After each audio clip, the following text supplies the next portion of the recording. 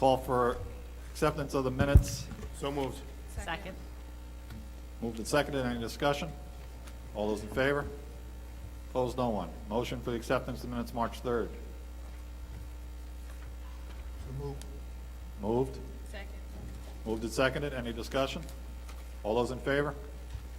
Opposed, no one. Motion carries. Public forum for this evening.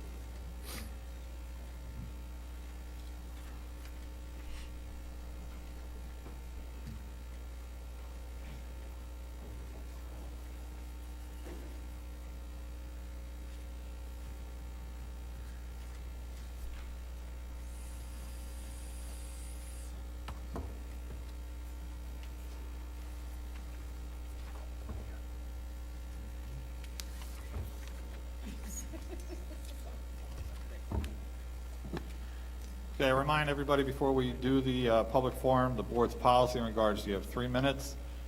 Please do not mention any specific personnel or specific child, as those are protected. I will call to the podium Victor Cruz. Hello. I'm just here to, I guess, on behalf of Marie Schultes. Oh, I don't know if that was. No, I got it. Okay. We're just kind of here thanking the school, Ellenville High School, for just allowing us to be here.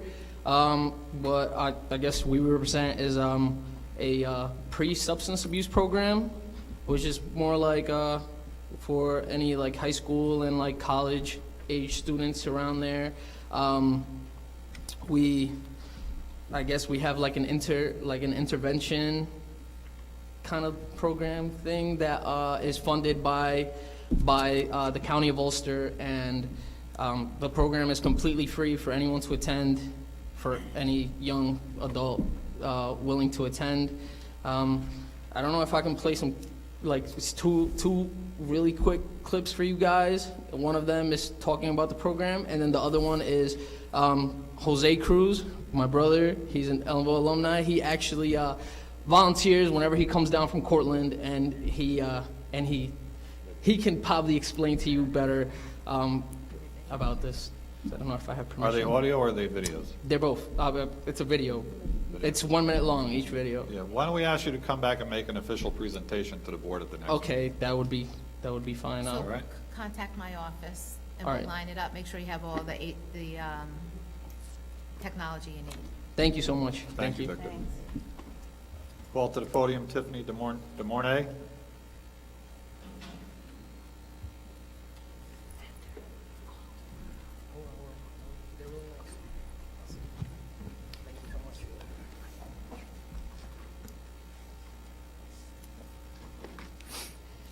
Good evening, everyone. My name is Tiffany DeMornay. I just want to make it clear to everyone here that I have made every possible attempt here to communicate about the problems that continue to reoccur in the Ellenville School District. I have met with the immediate administrative staff. With the help of the NAACP, met and filed a complaint with the superintendent's office. And since I felt like my voice was not heard at that time, I did send an email to the entire school board. I just met with Mr. Phillip just briefly, and he states that he will send me an email at some point during the week.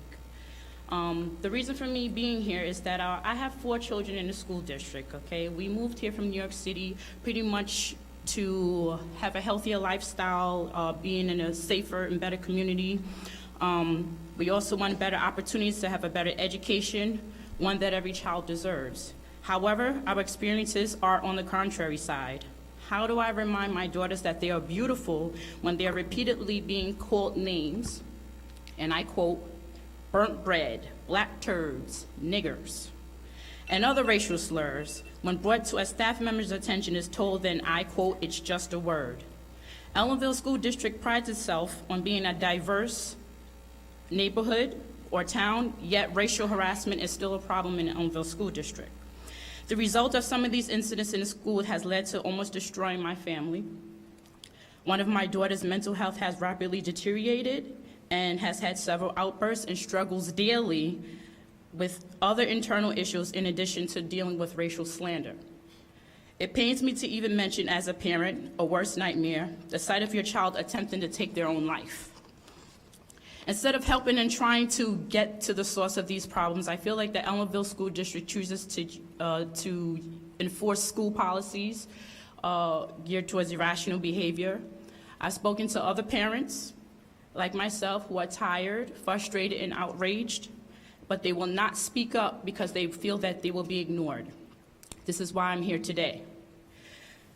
The school district also needs to be held accountable for teachers who, in my opinion, have no business dealing with students. How can I, as a parent, feel comfortable sending my daughters to school when a short-tempered teacher can hastily grab her to take an item out of her hand and publicly humiliate and ridicule her in front of her peers? And in my opinion, it seems that she was blamed for the incident rather than accountability being proposed to the teacher. I feel like this school district is in need of more teachers' workshops on racial dynamics in the classroom, culture sensitivity programs, support groups, school counselors, and mental health specialists. Why have we not pooled these funding and resources into our school? What is being done to combat hate speech, which is very prevalent in the Ellenville School District? Where are the resources to prevent this type of behavior? I think fundraisers and bake sales are great. They make this town look very welcoming to outsiders, but what good are these events if they ignore underlying problems that affect our children who will one day endure a different world that you and I were raised in? I hope hearing what I'm saying tonight prompts you all to acknowledge and act swiftly on addressing these problems and implement changes to make this school a better school district. Thank you. Thank you very much. Going to ask my superintendent to So, reply. Mr. and Mrs. DeMornay, I want to thank you for coming tonight. Some of the concerns you brought up, you have brought to us. We are, the board and the administration's working really hard to realign some resources and add some resources with regard to support in the school district. I can tell you that I've had various discussions with the staff. Name calling and racial discrimination will not be tolerated here. And I know we talked about, having specific information. We will always follow up on that. That is not a climate that any of us are interested in having or not addressing. So I really do appreciate you coming forth. And we will definitely be in touch. Thank you. I know Mr. Matrician will, and we'll keep you apprised on some of the initiatives that we will be rolling out with regard to additional mental health and support services in the district after this budget is moved forward.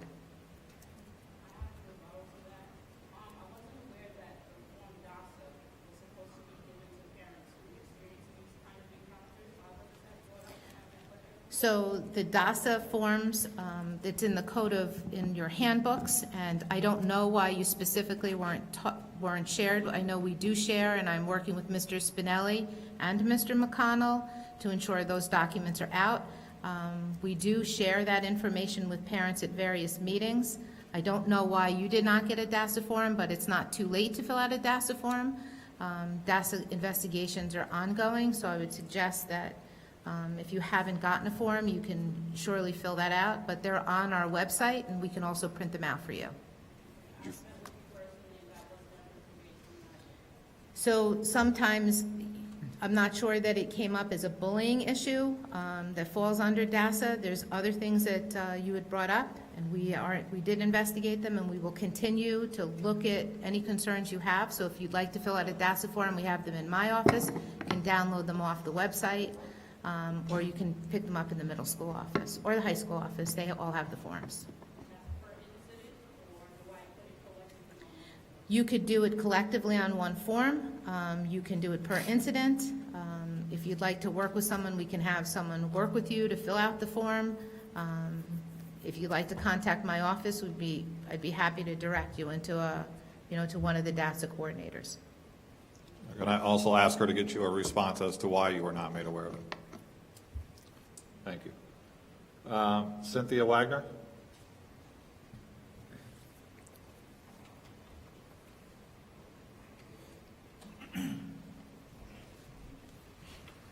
Hi, thank you for letting me address you. I'm Cynthia Wagner, and I have a niece that currently goes to school here, 12, 13-year-old age range, and her mother and father wanted me to speak on their behalf. I went to Ellenville Central many moons ago. Things change, yet they stay the same. When I was in school, I was bullied and made fun of for nearly my entire time at school.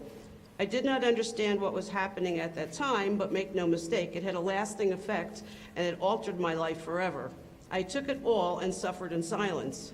For me back then, it was mostly verbal with a few occasions of physical. It continued until I started to come apart and left school with only 3 months until graduation. Back then, it was sticks and stones may break your bones, but names can never hurt you. And that's wrong. It leaves you isolated and broke inside when it is repeated to you over and over year after year. Bullying of any kind can have a lasting effect on people. Children are not equipped with the tools and the knowledge of how to use them. I've learned through the experience I went through with my own son that kids do not talk. They may tell their parents part of the situation, but then they feel or hear the upset and stress that the parents are in, and they shut down so they don't upset their parents anymore.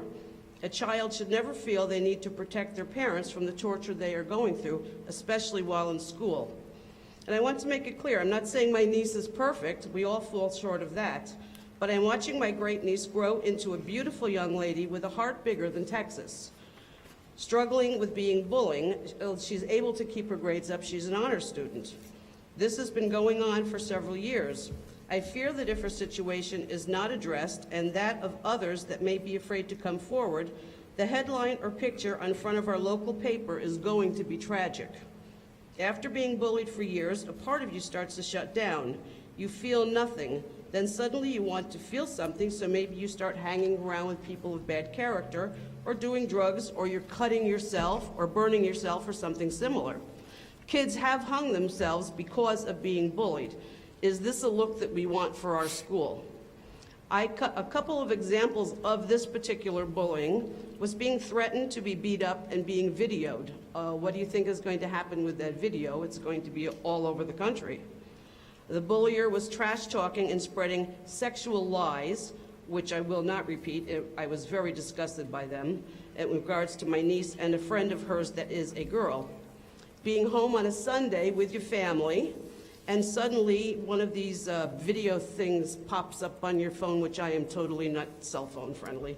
But to her surprise, her mom was right there and grabbed the phone, wanting to know what it was about, and they suddenly disappeared off of this video thing. And she's been fat-shamed for years. I found out last week that my niece was put together in a group project with one of the students who's been bullying her. Excuse me, but wasn't the teacher aware that this is going on? I mean, this is torture 1 inch at a time. How would any of you feel if it was your daughter or son, your granddaughter, your grandson, family member, or even a friend's child? How would you feel if it was your friend or, of this child? Would you be strong enough at that age to stay friends with this child, or would you shy away doing, fear of being the next target? That is how they isolate you. They start picking on friends of that person that they are bullying. What is the breaking point for someone? Is it flight or fight? My intention is not to bring the school down, but to try to help build it up to be a better place for our children to learn. It needs to be a place where kids can feel safe. Interaction, proper good interaction, needs to be addressed and worked on daily. The kids need to understand not everyone lives exactly like they do. Maybe they live outside the village. Maybe they live on a farm. Maybe they live in a McMansion or a shack. They might be rich or poor. We are all different, but yet we are all human beings. The child being bullied needs to know that someone has their back, that they can come forward and have someone intervene and fix the situation. We expect that our children, from the time they step on the bus till they step off at the end of the day, are safe, mentally and physically. All people who work at the school, from bus aides to cafeteria and hall monitors, up to the principal, should experience no retaliation for bringing a situation to light. All need to be encouraged to bring the problem to the designated trained person. I've been reading up on bullying, although the articles I found are a little outdated, one being the New York State Department of Education Anti-Bullying Policy of 2014 and the Dignity Act for All Students of 2012. I'm sure they've all been modified to meet the new challenges, including the internet and cell phone apps that are used to being... Excuse me, Mrs. Wagner, it's gone well over 3 minutes. Can you, Well, I hope that this can be addressed. do you have a little more that you want to just get to the final point? Well, the final point being is that, get to the page here, just give me 1 second. It's a serious problem that affects many students at all grade levels, sometimes seriously affecting their ability to succeed in school as well as their emotional and psychological development. It's not something that should be addressed only in October, but all year long. And every child has the right to feel safe while at school, and the school has the responsibility to set the stage and environment for that safety and to have a code of conduct and enforce it. Can I ask you to submit a copy of that to our superintendent, please? Absolutely. And the parents of this child have given me permission to sit with somebody who understands all of this, because I also understand, having been through situations with my own son, as a parent, you are under such stress and fear and all of these emotions that sometimes there is a gap in the understanding of what you can do, what they want you to do, and everything. So if somebody, Ms. Wiles or somebody could sit with me. Yeah, if you could call my office tomorrow and maybe set up an appointment, we can, I think I know a little bit about this, and it's filtered its way up, and I know that we are, I know there's some documents. If you give this to me, call my office tomorrow. I just wanted you to Thank see you. that, because it was like, Thanks. when I first seen it, it was beautiful. Yeah, And it took on a really kind of dark yeah. meaning to it. So, Yes, I will call Thank you. Okay, thank you. Thank you. thank you. That's it. We'll go on to presentations for this evening. A little bit out of order. I'm going to take Dr. Charles Corey, Ulster BOCES Programs.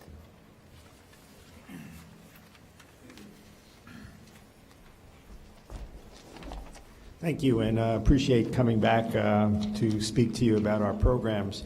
Normally, I give out financial information and program rosters. When I left my office today, I was dealing with our COVID-19 issues and being on the phone with all of the superintendents, and I picked up the wrong file. So I will email the financial information and registration information to all of the board members tomorrow.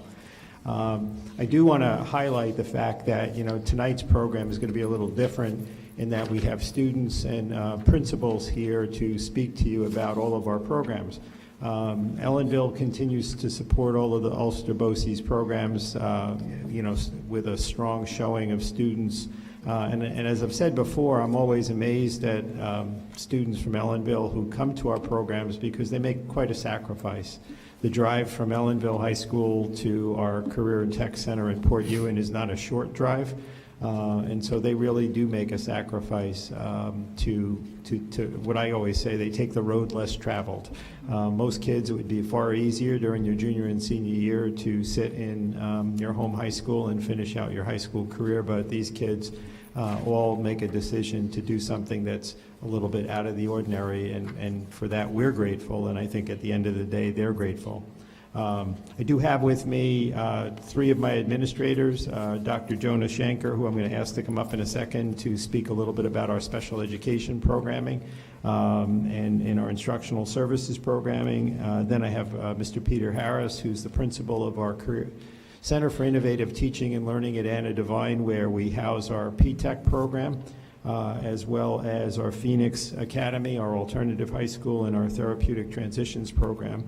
And then Amy Starensky will come up. She's the principal of our Career and Tech Center, and both Peter and Amy have students with them, and the students will share, their Ellenville students who are in our programs, and they'll share some thoughts about their experiences at Ulster BOCES. So Jonah, come on up. It's my third time to Ellenville in a week. Twice today, back and forth. So I got to try some of the local cuisine. It was nice. So again, thank you for partnering with us and sharing your wonderful students. We were working today with your administration, and it's easy to collaborate with them to figure out from the instructional service side how we can support teaching and learning here in Ellenville, listening to needs here, coupling the right instructional service coordinators to be able to again support any initiative that's important to Ellenville is an important issue for us. So it's been a pleasure working with the whole team to really look at, what do we need to be doing tomorrow, what do we need to be doing next year and the next 3 to 5 years to really continue the good work and the wonderful work that's already happening. So that's awesome. Instructional service provides about 95 to 98% of the professional development around the county. And that's through model schools, coaching, again, embedded work, teachers and technology experts kind of working on the ground floor with your administrators and teachers. Gwendolyn Rohrbach is the Director of Instructional Services. She was here today in that conversation. Jill Berardi is our principal for special ed. She's not here. And I spoke last week about special ed, and I'll be short because I want to turn it over to the building principals. But we're super excited about the growth in our special ed programs. Right now, we operate really kind of one center in Port Ewan. And in next year, without getting into all of the details, we're super excited to be able to kind of pull those apart and really offer a targeted K-8 approach in one building, a high school special ed program that's next to in Port Ewan, the Career and Tech Center. So all of our special ed students from around the county have direct access to Career and Tech. And we begin to look at how do we support those students kind of on both sides of the breezeway. And we continue to increase our programming for short-term and long-term therapeutic psychiatric programming. It's a tremendous growing need in the county. That's a deep partnership with Astor, and we're doing some wonderful, wonderful things, as well as our new extension campus site out at the Ramapo Field campus, which is just across the bridge in Rhinebeck, where we're really kind of leading the charge in experiential learning, leveraging the outdoors for students whose behaviors manifest in a way that the outdoors lends themselves to kind of support their needs. So super exciting stuff. Again, thank you to Lisa and her whole team for entrusting us and the board with our shared students. I'm going to turn it over to Peter Harris, who's the building principal of P-TECH and overseeing, as Dr. Corey said, the Phoenix program, as well as our therapeutic transition programs. And then we'll bring up Amy Sterinsky and for the finale, our shared students. So, Peter? And then at the end, any questions about the student-based programs, happy to jump back up. Shout out to Highland for Peter Harris. There we go. I spent a lot of time in Ellenville as a child and continue to okay. here at Cape Pond, so shout back out to all of you. Thanks for welcoming me. I appreciate that. So currently, the programs that are under my watch are the Therapeutic Transition Program, the Phoenix Academy, and Hudson Valley Pathways Academy, P-TECH. First, I'll speak about TTP, the Therapeutic Program. I'm really proud that we have this offering, Jonah was just mentioning it earlier, in the county, and that Ellenville is fully participating. It's a program that has 5 stages over approximately 5 weeks, in which your students come to us. They receive clinical services to support them to a time of crisis, to try to bring them to calm. It's a bridge program intended either to step them towards a partial program or away from one, where they're receiving other supports and services. When they're with us, they receive academic support for the work that's sent from your school district, and they receive 30-minute sessions of individual counseling, and then small group counseling as well on a daily basis for 1 hour. And it is making a huge impact, and so thanks for the support for that. Happy to take questions at the end if you have, or you can bring them through your superintendent to us. But again, thanks for the support with that. Thanks, Pete. Any questions? John? Yes, I was wondering if you could just explain for everybody, because we're just getting into this P-TECH program next year, I believe. If you could kind of talk about that a little bit. And Certainly. Thank you. Yeah. Let me talk about Phoenix next, the Phoenix Academy also that we have in our building. That is a high school replacement program in which students who note or are noted to have some sort of disconnect or a disengagement at the high school level, they come to us for an alternative program. And that is a full academic replacement program. I'll move on to PTEC, since that's what the question was. So Hudson Valley Pathways Academy, PTEC, is a part of a network currently of 37 PTEC schools in the state. Its intention is to take data from the Business Council of New York State, specifically in the economic development zones, identify where industry partners need job training, employment training for jobs in the future, and then line up career pathway programs. And so specifically what we have access to here in Ulster County with our Council of Industry Partnership, and Ulster Community College, are pathways towards advanced manufacturing, health informatics, and network administration. And so those are the things determined, again, by the Business Council, Economic Development Zone, leaders and forecasts, that's where jobs will be for our kids, so that when they complete a pathway, they'll have an opportunity to make middle income, to live right here, and be employed right here, and to sustain themselves here in this community. And we do a lot of work on a consistent basis with those partners. We're really fortunate and unique in the PTEC network that we have 170 plus business partners that are willing to interface with us. There's really a core group and a steering committee of about 12 partners that come in, and they regularly provide challenges to the students. If you think maybe Shark Tank sorts of opportunities, where they'll say something like, help us to understand our use, reuse, and recycling within our company. We take them through 4 weeks, our students, our young scholars, we call them, of a process by which they build a presentation and a response back. And so we go out to that industry partner and we deliver our challenge response and talk to them about how they might tidy up their workplace, how they might utilize lean manufacturing principles, those kinds of things. They take our advice, give us feedback on it, and often implement it. But I'm happy to be able to come back to Ellenville to support the work for the PTEC program moving forward, and I wanted you to be able to see my face. I don't actually have students with me this evening, young scholars from PTEC. There's no enrollment currently from Ellenville in PTEC. That's the reason why. Superintendent Wiles. So I really just wanted to thank Dr. Corey and Dr. Shanker and Mr. Williams, Mr. Harris, I'm sorry. You know, we filed our own application, as you mentioned earlier, Mr. Burns, and we awarded a grant for $2.5 million to implement a PTEC program right on our campus, a school within a school, modeled after the Newburgh City School District. And I think BOCES was instrumental in encouraging us and supporting us to apply for that grant. And because we were awarded the grant very late in the year, December, I believe. The first year of the grant is 1920, and that's the planning year. So Ulster BOCES and Mr. Harris have really stepped up, and they're working with our staff, Ms. Urbina Medina and Mrs. White, to really lay out the footings of this program.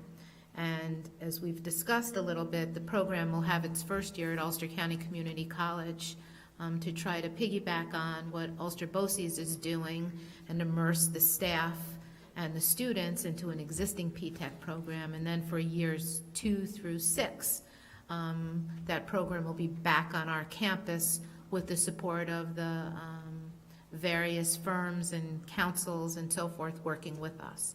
So I just wanted to really thank you for your support, because the timeline is so short that the state has given us. Had we not had your support and come up with a plan on how to get this implemented, I'm not sure that we'd get started for the 2021 school year. So, and for people that are listening and people in the audience, within the next couple of weeks, we'll be doing some outreach to our 8th grade students and parents, and having some meetings if anyone's interested in having their children attend the PTEC program. There's 20 to 22 slots. And it's a program, as was mentioned earlier, that's a 4 to 6 year program where you can have entrance right into community college and earn credits while you're going to high school. So we're really excited about this, and we're off to a great start. The board has some information that's been put together.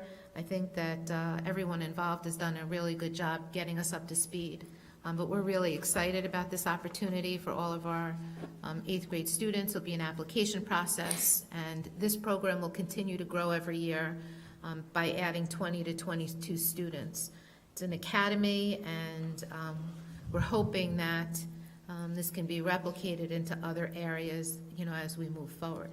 One of the things Dr. Curry alluded to is that our students have an hour drive over the mountain to get to career tech programs, and I know that he has been diligent in trying to get programs here, and this is a perfect opportunity with this P-Tech program where students, after next year, they're not going to have to travel as far, but after next year, those programs will be really embedded in our schools here. So we're very appreciative and really looking forward to seeing how this really blossoms into a school within a school for us.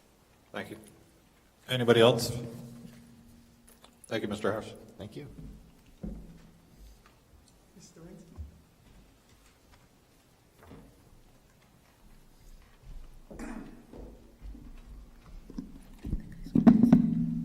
Good evening, everyone, and thank you again for partnering with us and for supporting the work we do.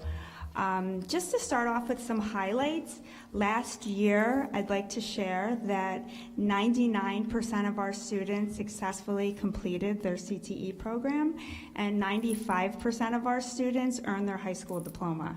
As a reference, the average high school graduation rate for students concentrating in CTE is 93%, and the average national freshman high school graduation rate is 80%. So that's really great news, and we're really happy to share that with you. In just a moment, you will hear from a few of our students who will share their personal CTE experiences, which will help you appreciate the work that they're engaged in every day, and ultimately the reason for those successes. But just to talk a little bit about CTE, as you probably know, we offer currently dozens of high-tech training programs which lead to in-demand jobs in competitive fields. We have 2-year state-approved CTE programs which provide a pathway toward high school graduation.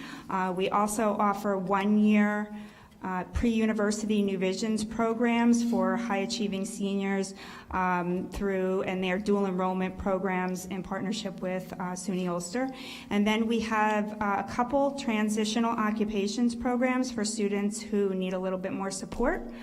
And we're excited to announce that next year we will be starting a new CTE program in animal science.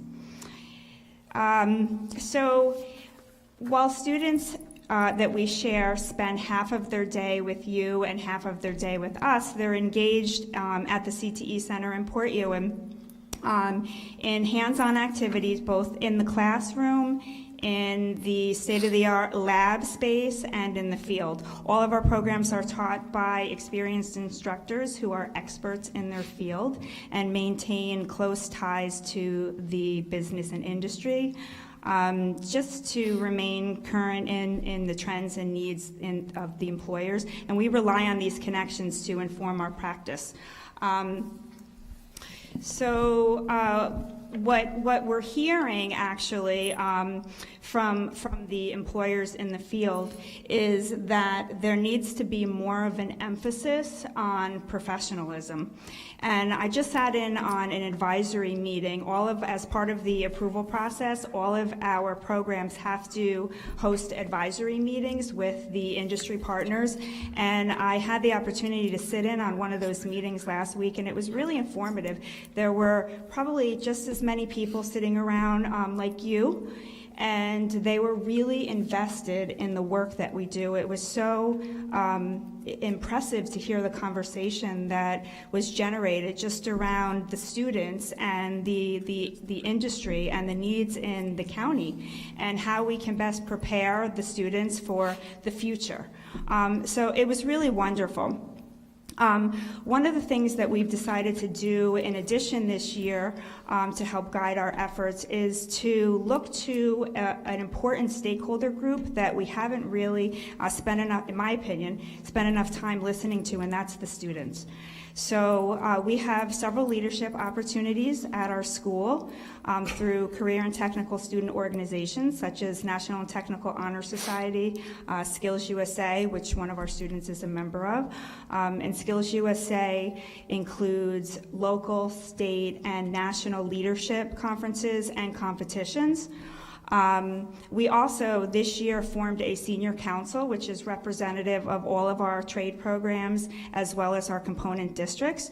And we survey the students around different topics throughout the year. And one of the themes that has emerged from the students themselves is that there is a real need for more attention to these transversal skills, professionalism, essentially.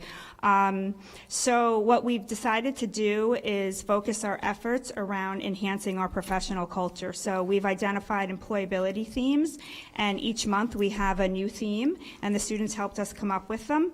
The ones that we've done so far include things like code switching, professional attire, reliability, communication, and the students have worked with us to plan and implement school-wide activities to support these themes.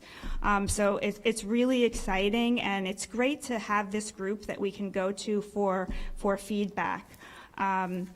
And while we are preparing the students for the world of work, one of the other things that we're doing toward this same end is really building upon our workplace learning opportunities that we offer. So just to give you an idea, we have currently 169 students participating in school-based enterprise. So things like our cosmetology clinic, our auto tech will service live work for people. We also have supervised clinical experiences in some of our New Visions programs, our health programs. We have 200 students participating in those. We have 450 students involved in community service activities, 142 in school-based projects in partnership with community agencies such as Habitat for Humanity, Kingston Design Show House, Hudson River Maritime Museum, NASA Hunch. Something else really exciting that we just learned.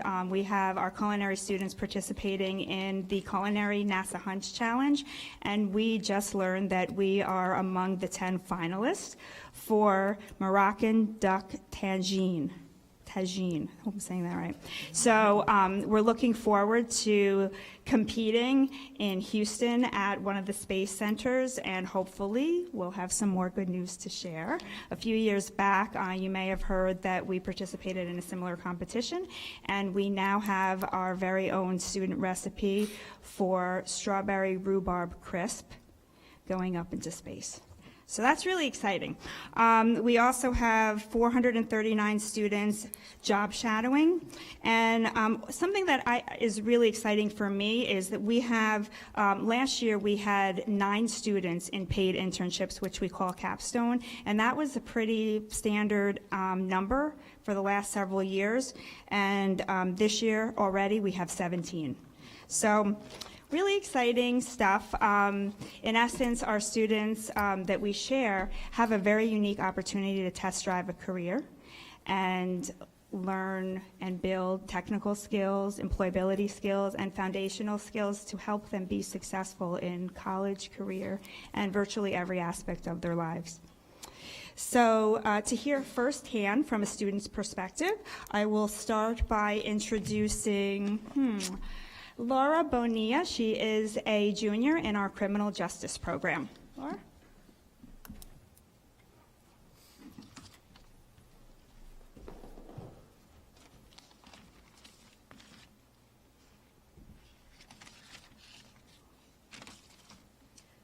So my name is Laura Bonilla, as you heard, and I'm in my first year of the criminal justice program in Ulster BOCES Career and Tech Center, and it has filled me. It has been full of a lot of learning and a lot of different ways to learn and many opportunities. While in BOCES, I've learned many new skills and new information as dressing professionally, being organized and prepared, and even learn how to manage money due to our new financial literacy component that we have that is new to the criminal justice program. I'm also able to work, as was said, work more hands-on with and have a better understanding of what I'm supposed to do. I am able to be pushed to work harder than usual, so that I am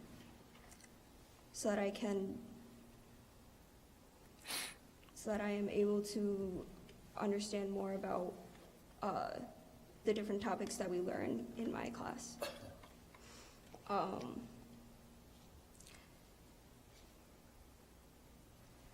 I am taught how to properly write a resume and how to appropriately act in an interview or in different situations. I'm able to act professionally and work harder. This program has really helped with a jumpstart of what I want to do when I graduate from college, and has really shown the different career paths that I can take with the program that I am currently in. The atmosphere in the Korean Tech Center is extremely professional, and you get to truly feel like as if you were actually in the career and you're experiencing things that you're interested in and able to talk with other people who have similar interests and sort of get a perspective on what they are interested in, and it might actually interest you. It's basically like a test run for your career that you want to do when you graduate, and it's just overall a really great program, and I'm excited for the next year. Yeah. Thank you.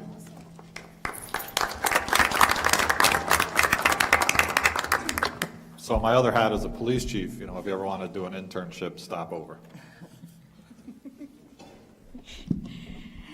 The next student I'd like to introduce is a student that we share. He is a student in the Career and Technical Center and also next door at the Center for Innovative Teaching and Learning. And this is Henry Spencer. He is a senior in our Cisco and Cybersecurity program.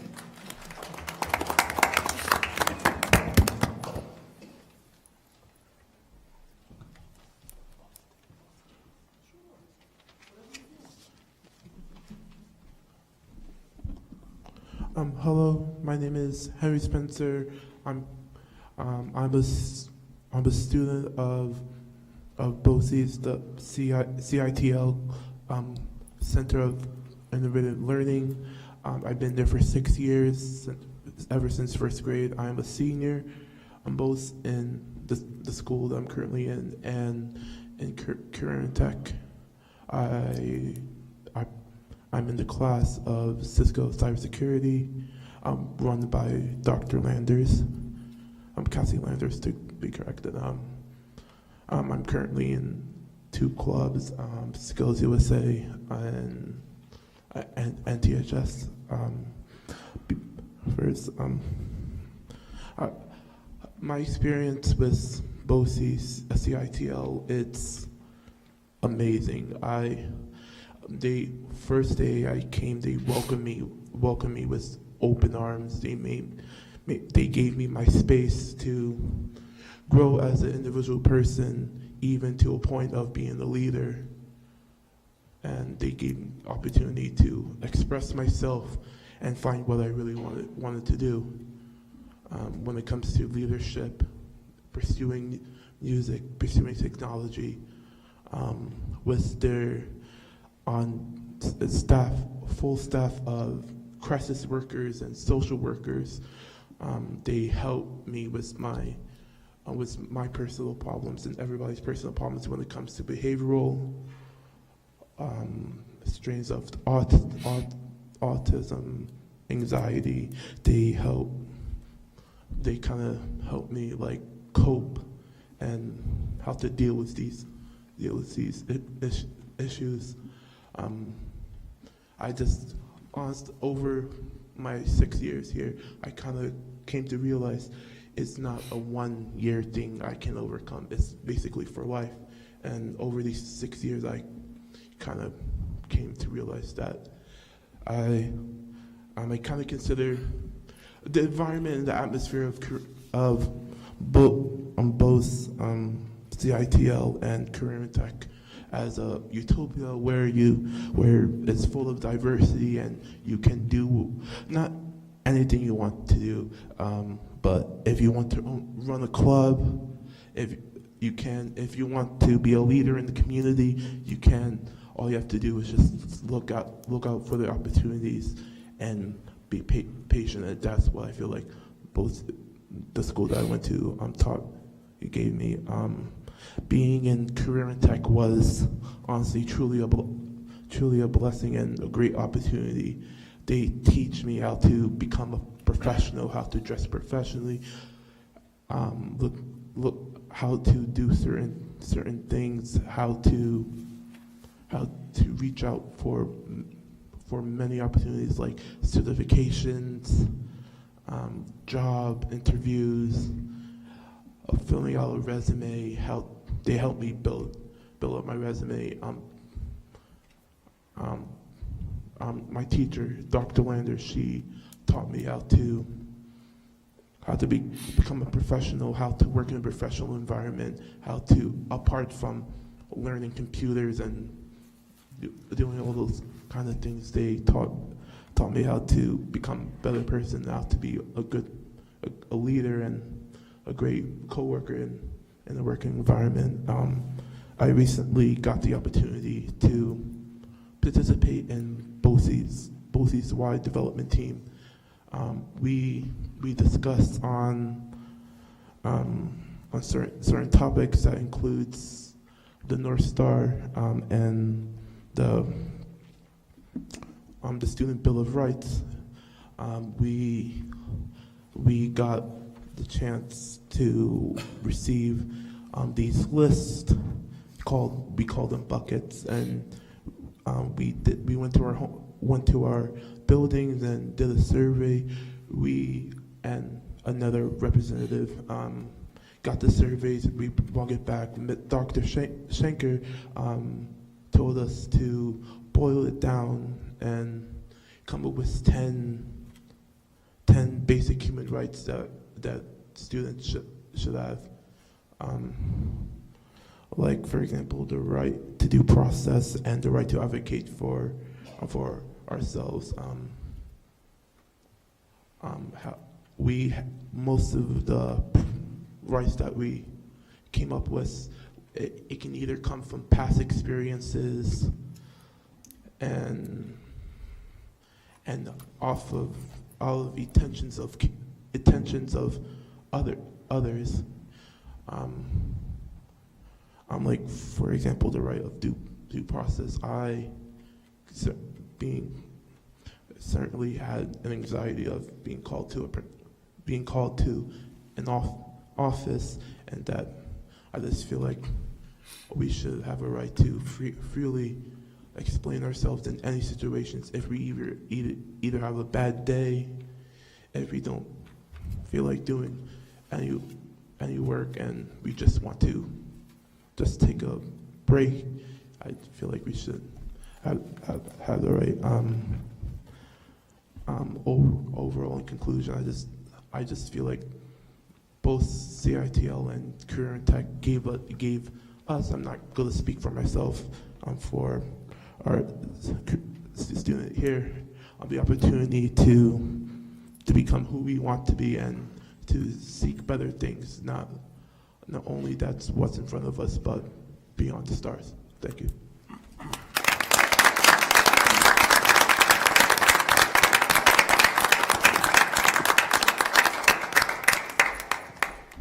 Again, thank you. That's what it's all about. And if you have any questions for us, we'd be happy to answer them.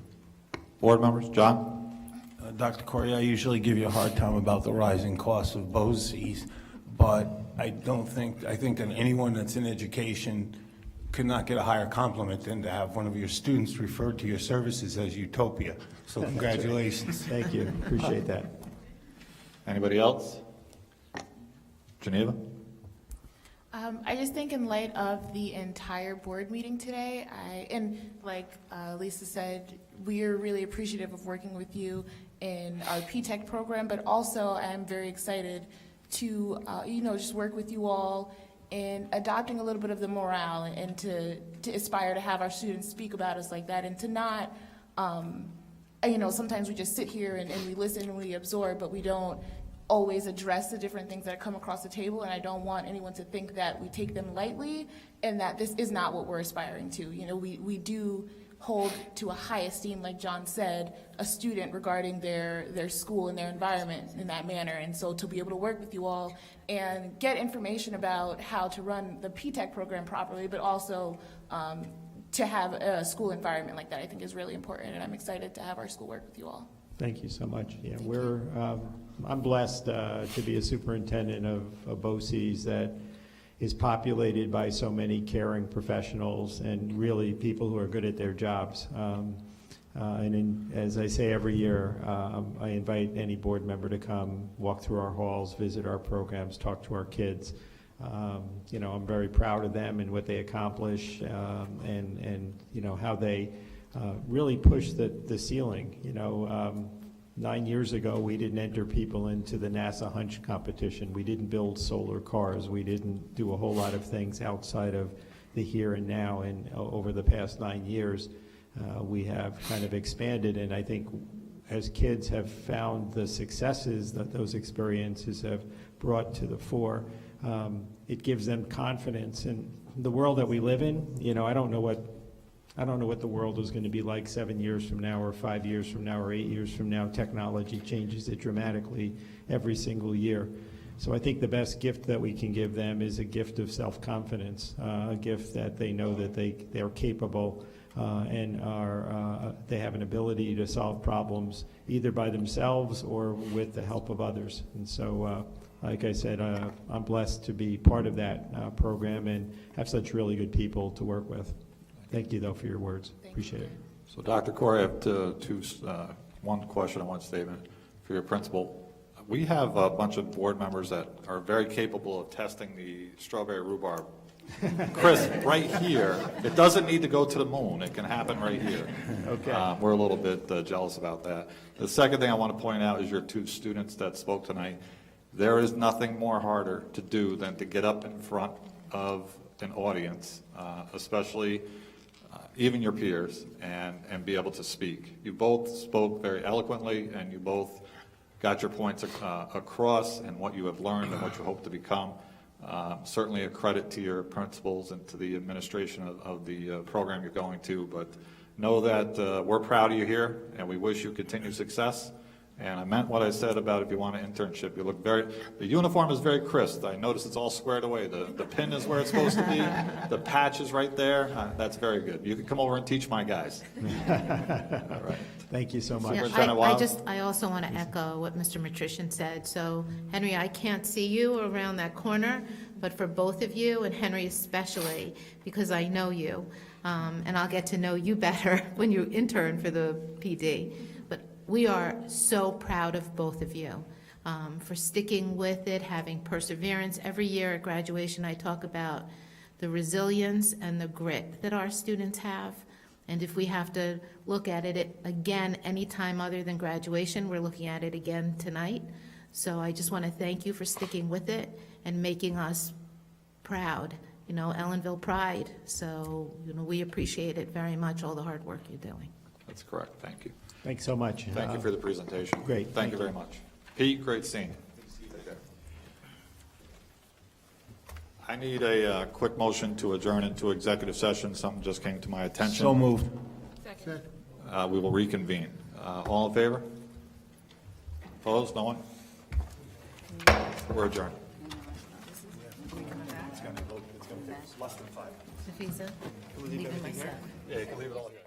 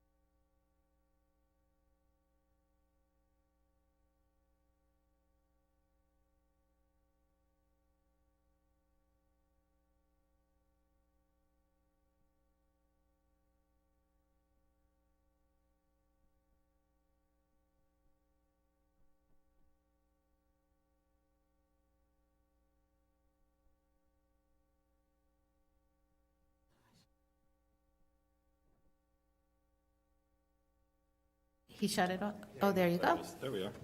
Thank you, Okay, Mr. I'm going to Buckler. call Mr. Moyer to the podium.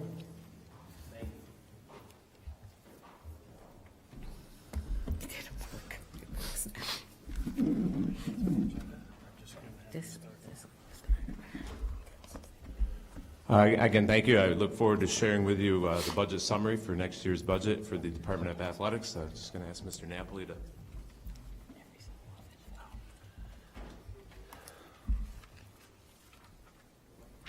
Thank you, Mr. Napoli. The goal here is to share our desires and our interests in purchasing some other things that will help enhance our program. And let's make sure I can. So the first line I'd like to draw your attention to is the biggest line and the biggest increase is the athletics district-wide equipment purchases for this upcoming school year. You can see there's an increase of $15,000. And the goal here is to replace our current wrestling mat that we use for competition and for practices. Also to buy 2 new soccer goals that are under disrepair, and also to add a pitching machine to our softball program that's quite old. In doing my research for this, to give you some background, a wrestling mat could cost anywhere between $8,000 and $10,000. The soccer goals could be anywhere from $325 to $400 a piece, and the pitching machine could be anywhere from about $2,400 to $3,000, depending on the type and what we put out to bid. So I'm hopeful through the bid process that some of these items that we're looking to purchase for next year will be a little lower than the anticipated, but that is the rationale, if you will, for the significant increase in the athletic equipment line. Another line is the Regional Office of Interscholastic Athletics. As many of you are aware, the ROIA helps to support our payment processes for officials and scheduling athletic events and so forth. This increase is for all schools, this percentage increase, and it's based on their employee insurance going up for the employees they have, and it also is attributed to the loss of one of our schools in the ROIA, which is Coleman High School. And so we have to incur some of that cost there, as well as we also get billed by the ROIA based on our class. So 2 schools are dropping in class, and so that means that they're paying less than they did before. In the equipment repair lines for fall, winter, and spring, you can see that there's some slight increases to offset, potential increased costs for reconditioning and certification. And also with our donated fitness equipment that we have, I'd like to purchase a maintenance plan or an agreement with a vendor that we can use to have those pieces of equipment refurbished if needed be, and fixed if needed, if they become something we need to repair. Slight increase in coaches clinics just to continue to offer opportunities for professional development for coaches. And then the other significant increase is in the area of uniforms. We're looking to purchase new football uniforms for our program. The football shirts and jerseys, many of them are coming under disrepair, so through the reconditioning process we are unable to keep them the way we like them. Also, the boys and girls tennis uniforms are moving towards 6 and 7 years old, so we would like to replace those.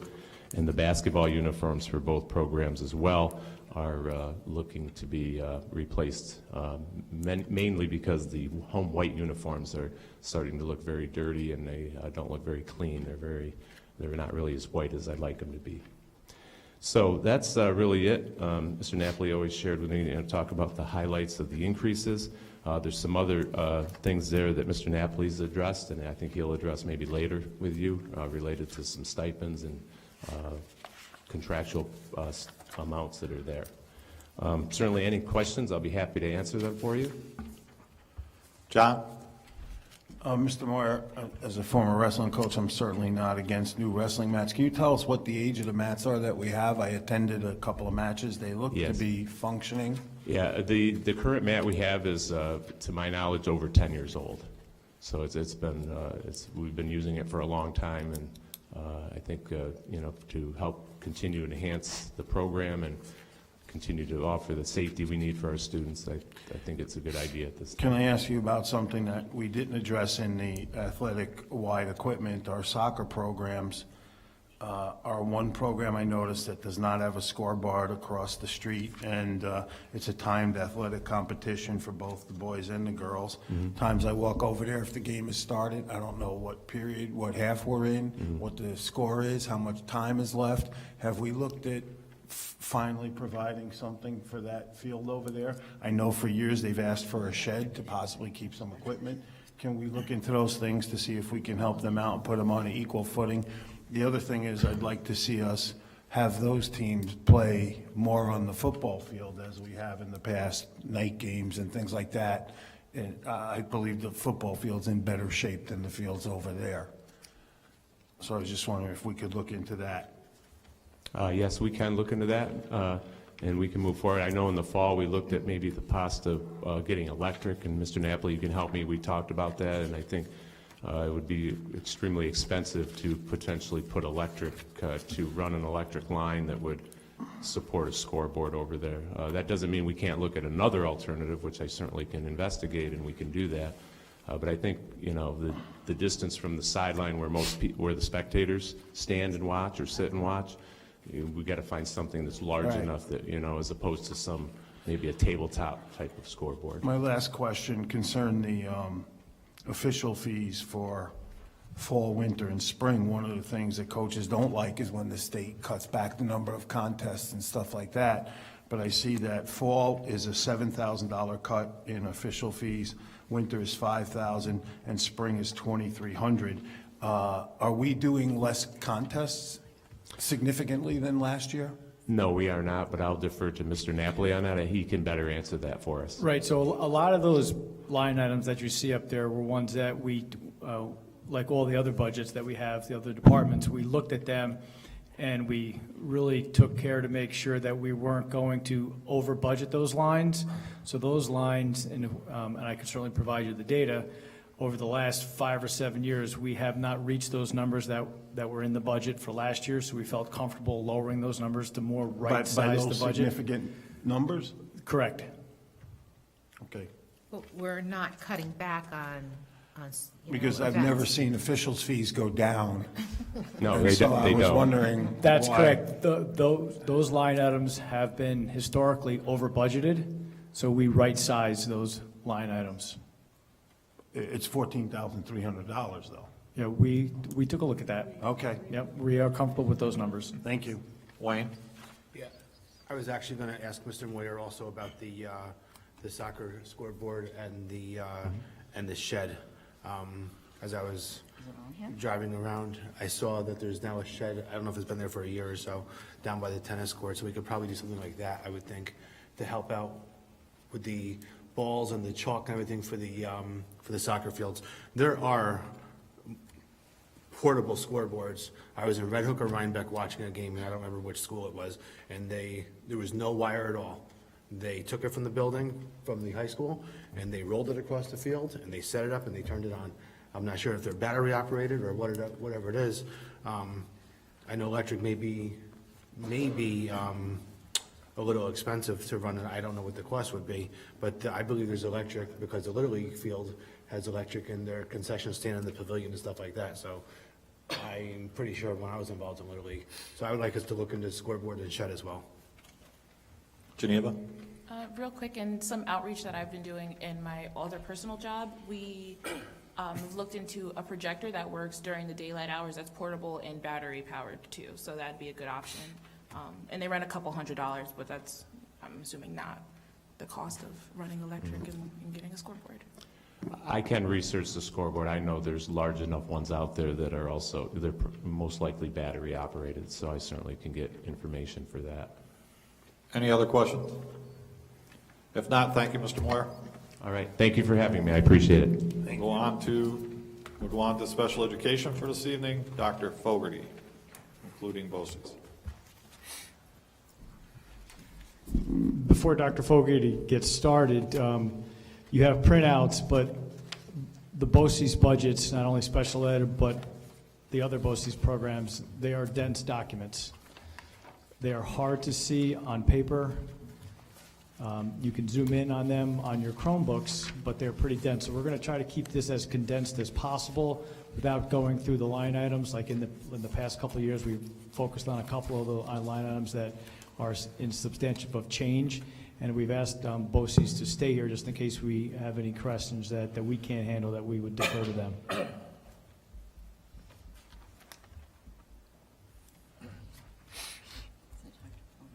Yeah.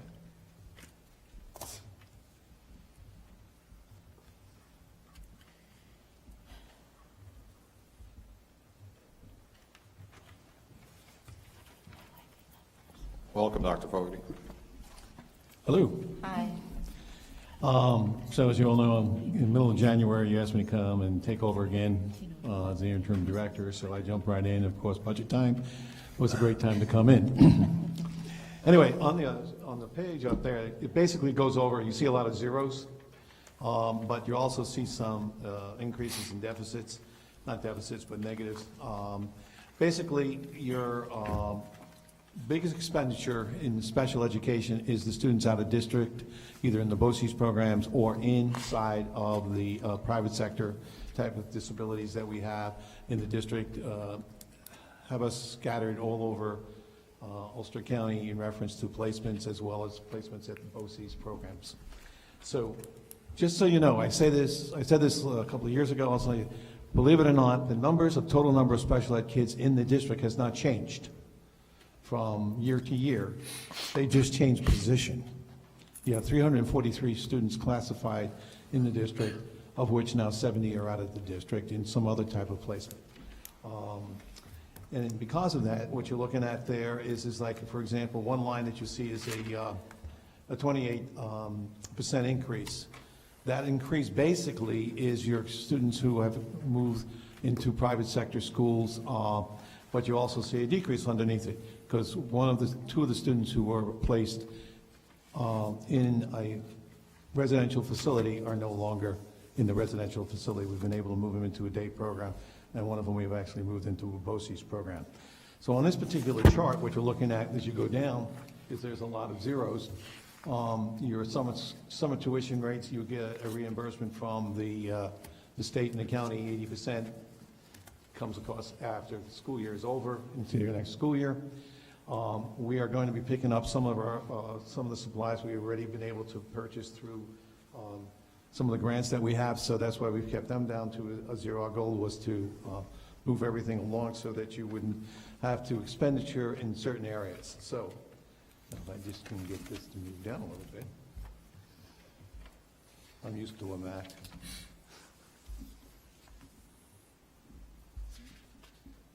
Yeah.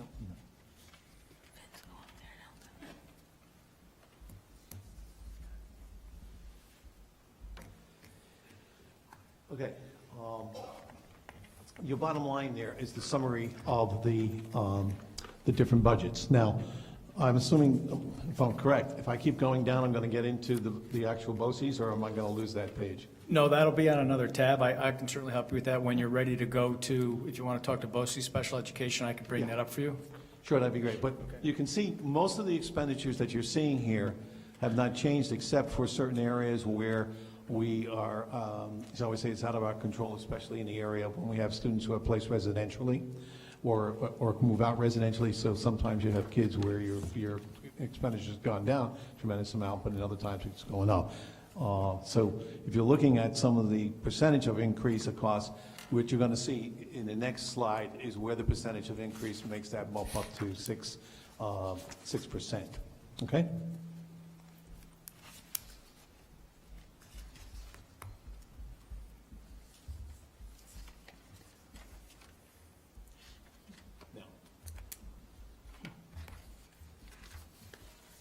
Believe it or not, I can read that.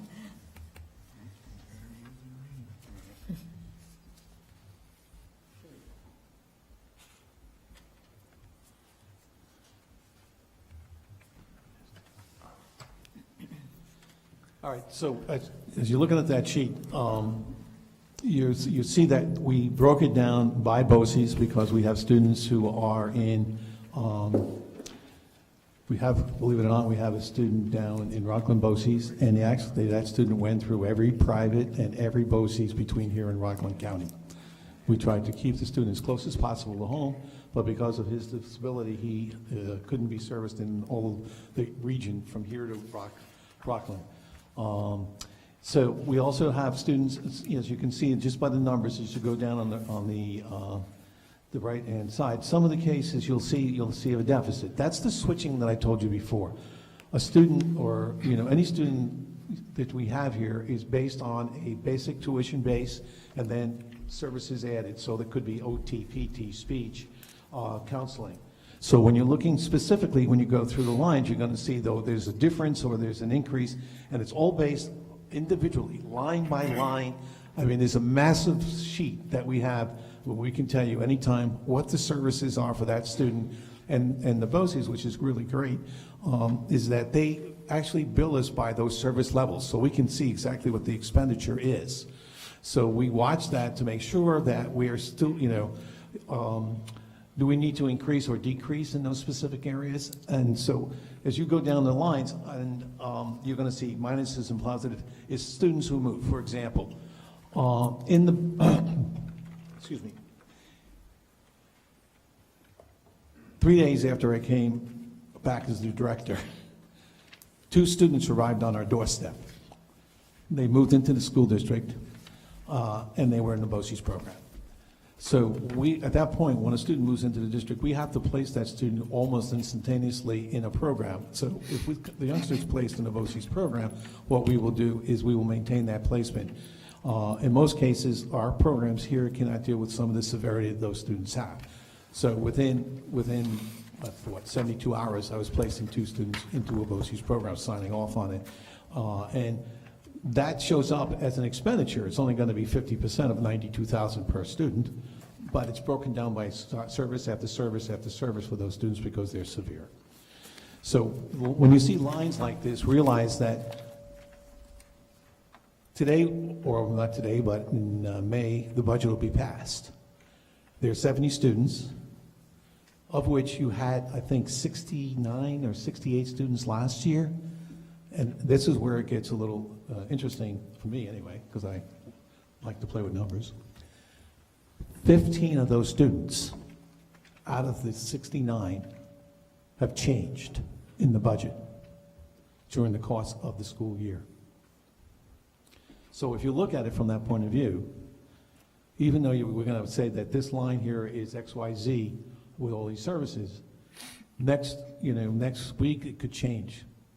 So we go with what we project. For example, there was a student who moved in about 3-4 months ago who went to the Westchester Exceptional Children's School, which is in North Salem, private school. She now has returned back to her mother in Pennsylvania, so that has dropped off.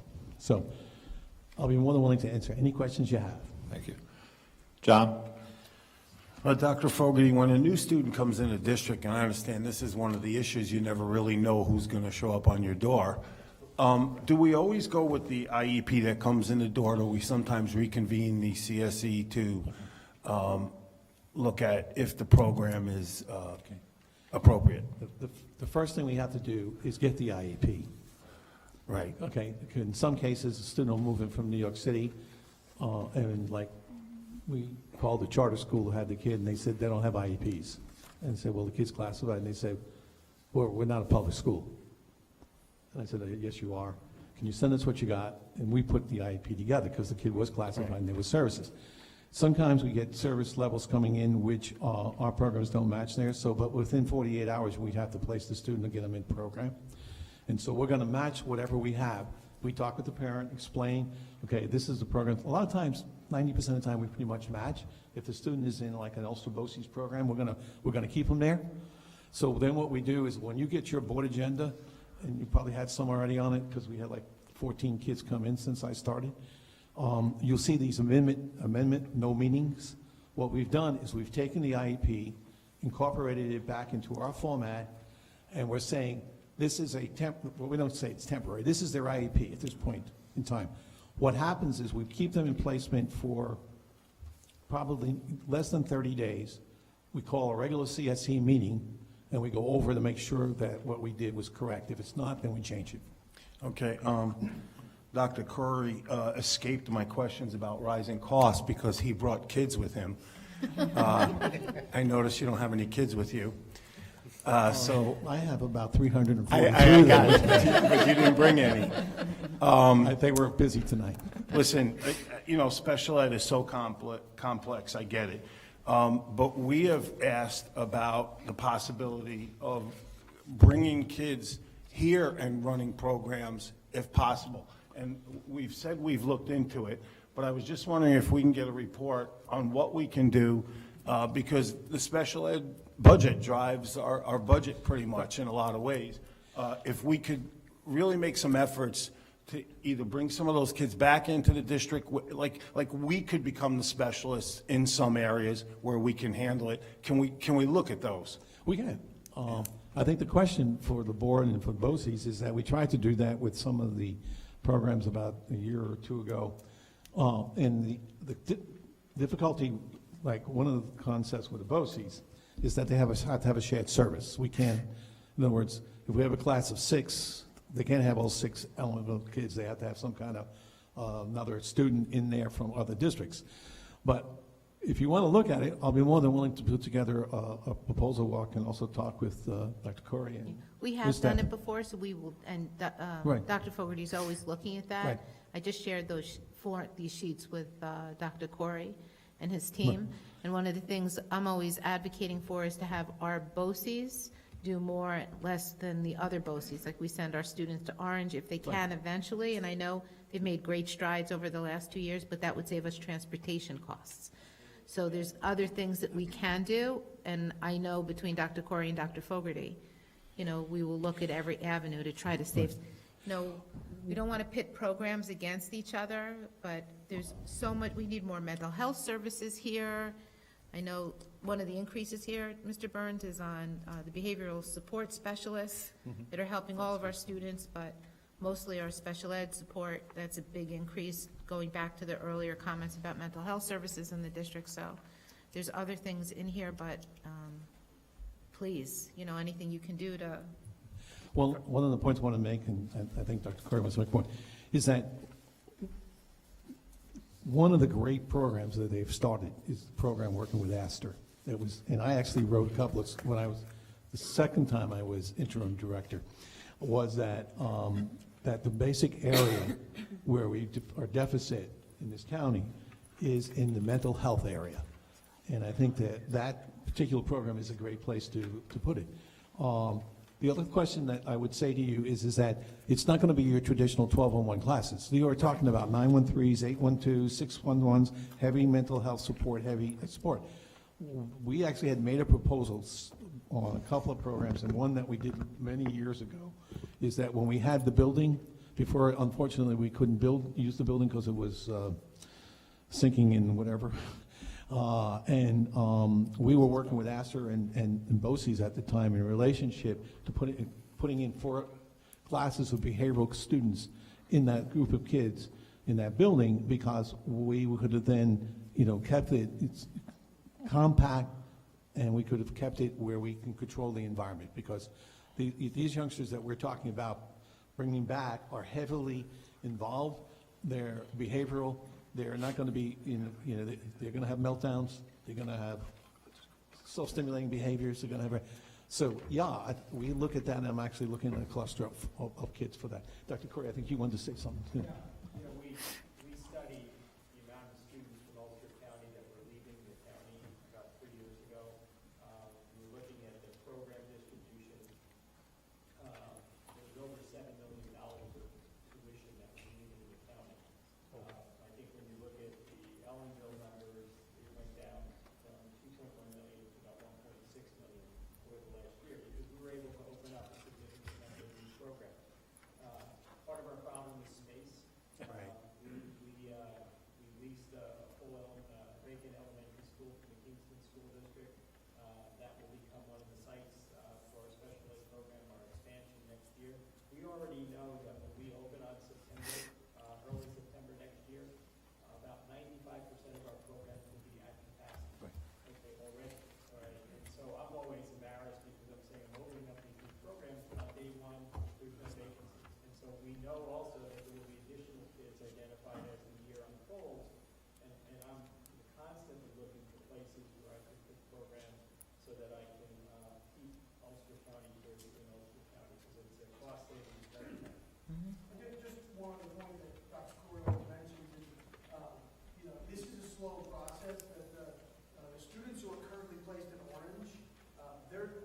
most likely not going to come back. They're placed in ours, so we're talking about new students that are entering, the type, and so there'll be kind of an age out as those students graduate. But any new students who are fit, who are a program match for Ulster, I can assure you that Ellenville is looking to place them in Ulster as the priority. Again, occasionally we have parents that we want to try to move them back, but if they're having any success in Orange, they're going to stay there. They're going to finish their high school career. So it's a slower arc for that transition. I certainly wouldn't pit any program against any other program, and I know that we ourselves have an issue with space. And I know that as a smaller district, we might not have a lot of kids to fit into a certain area. But I know that last year we talked about the fact that Rondout had been developing an autistic program with kids and signing contracts with other districts to provide kids. That's the kind of stuff that I would be interested in, where we could, we could become the experts on that and do it. Sometimes when I travel over by Newburgh, I see some school districts from Orange County and Ulster heading over by Putnam and even right up to the Westchester border. So I know that the travel is extensive. The challenge for districts doing it on their own is they have to have the concentration in the same classification category. Right, and the aging. Right age span. The likelihood of small districts to hit all of those marks is slim. Could it happen? Yes. Our advantage is we draw from the Right. So, listen, I'd be willing to talk to anybody about the budget and how I got to some of the numbers anytime. Other than that, I think I'm done, unless you have any other questions. Thank you very much, Dr. Fogarty. Thank you. I know that it's getting late, so I'm just going to highlight, and I put this in my summary on the other BOCES budget. There are just a couple of key points that I'd like people to take away with. We have many more students attending today's students, tomorrow's teachers. There was a big increase in that line item, as well as, Jody, maybe you can help me with the name, but over at Sullivan BOCES that your son went to, what's the? The heavy equipment, but it's not called yeah, heavy equipment. it's not called that. Natural resources. Natural resources. We have many more students that are going to be attending there next year, so we see a big increase in that. The last thing that I will tell you is that as the special education budget changes, and we met with Dr. Schenker today, and Gwendolyn, if there's anything else that changes in any of the BOCES budgets, I will update the budget spreadsheet and then give it to you at future board meetings. But special ed annual reviews are still happening, and I can assure you that those numbers will be changing up or down. I don't know, but I will be giving you an update. And unless there's any specific questions about BOCES other. For the board, I just want to point out line 63. I mentioned that earlier, so that's additional services that we're budgeting for next year. The behavioral support service that's providing a lot of support for regular and special ed students and our teachers with regard to behavior support, mental health services. So we are working on bolstering up those lines when we can. So that's about, a $96,000 investment in those services. Thank you. Thank you, Mr. Knapp. You're welcome. Move on. Reports and correspondence. Nothing from myself. Board membership. Iris?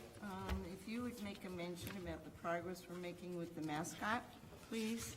Yes, I've been told that we're getting very, very close, so I'm going to ask the committee to have us try to get a final mascot by the first meet, no later than the first meeting in April, if you guys think that's possible.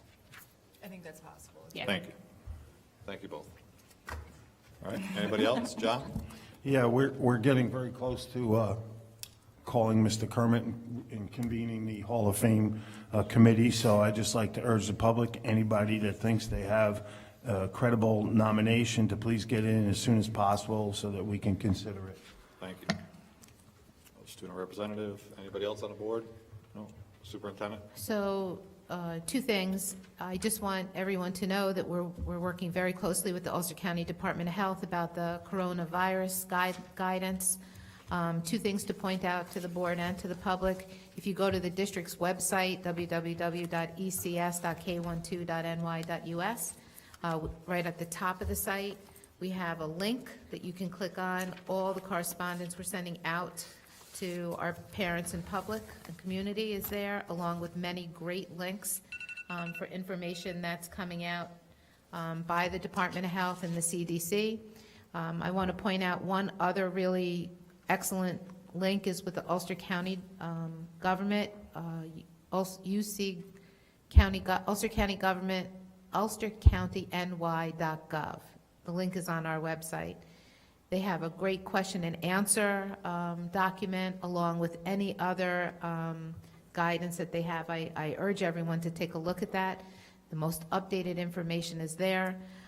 In the next couple of weeks, we'll be rolling out our additional snow days, how we're going to allocate them back.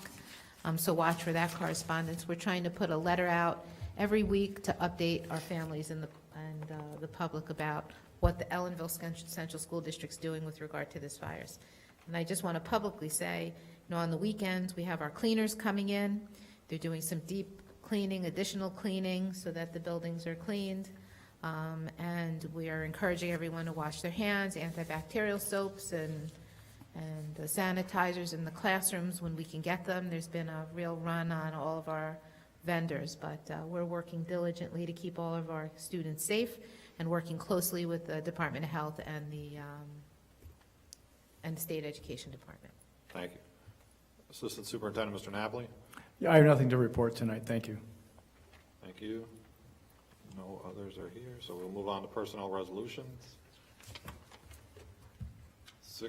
7.1, upon the recommendation of the Superintendent of Schools, be it resolved that Miguel Rodriguez and Jessica Rodriguez be appointed as substitute security attendants at a rate of $15 per hour work for the 1920 school year. So moved. Moved seconded, discussion. All those in favor? Opposed, no one. Motion carries. 7.2. You have it on here because it's not coming up. You want? Come in here. We lost connection. Here. No, I'm good here. All right. I'm not. Upon the recommendation, Superintendent of Schools, be it resolved that Christina Sirkowski and Kayla Clancy be appointed certified substitute teachers at a rate of $95 per day work for the 1920 school year. So moved. Second. Any discussion? All those in favor? Opposed, no one. Motion carries. See if we're back, and we are back. 7.3. I did 7.3, and now we go to 7.4. No, we're No, we're on 7.3. Upon the recommendation, Superintendent of Schools, be it resolved that Christina Sirkowski and Kayla Clancy be. No, did that no. one. You better go back. There's something wrong with this thing. It is all crazy. That's Sharzana Jabbar. Yeah, 7.2, 7.3 is coming up as 7.2, 7.4 is coming up as Just 7.3. read that. All right. Upon the recommendation, Superintendent of Schools, be it resolved that Sharzana Jabbar be appointed certified substitute teacher at a rate of $125 per day work for the 1920 school year. Moved. Moved and seconded. Any discussion? Yes, Mr. Burns. Lisa, are we doing better with substitutes, or? We're trying. Yeah.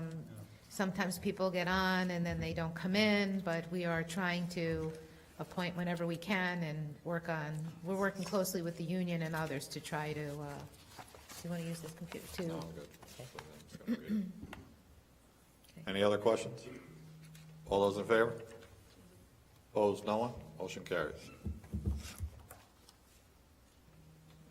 Here. Here we go. Upon the recommendation, Superintendent of Schools, be it resolved that Carl Buetti be approved for the after-school activities My Brother's Keeper conducted on 2/6/20 for 3 3¾ hours at a rate of $43 per hour work. So moved. Are you ringing? Yeah. Moved. Moved and seconded. Any discussion? All those in favor? Opposed, no one. Motion carries. All right. We'll go on to education. Motion to move 8.1 and 8.2. Second. Back to this. It's been moved and seconded. Any discussion? All those in favor? Opposed, no one. Motion carries. Construction resolution. Motion to move 9.1. Second. Moved and seconded. Any discussion? All those in favor?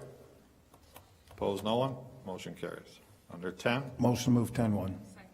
moved and seconded. Any discussion? All those in favor? Opposed, no one. Motion carries. Next meeting date is March 24th. Mark your calendars. Anybody like to see anything on the agenda for the next meeting? I'd like to get, I saw it in our minutes today, but I'd like to get an update. I still think the observations are behind where they should be, and I'd like to see an updated report if that's okay. Yep. Thank you. Absolutely. Anybody else? Entertain a motion to adjourn? All those in favor? Opposed? No one? Motion carries.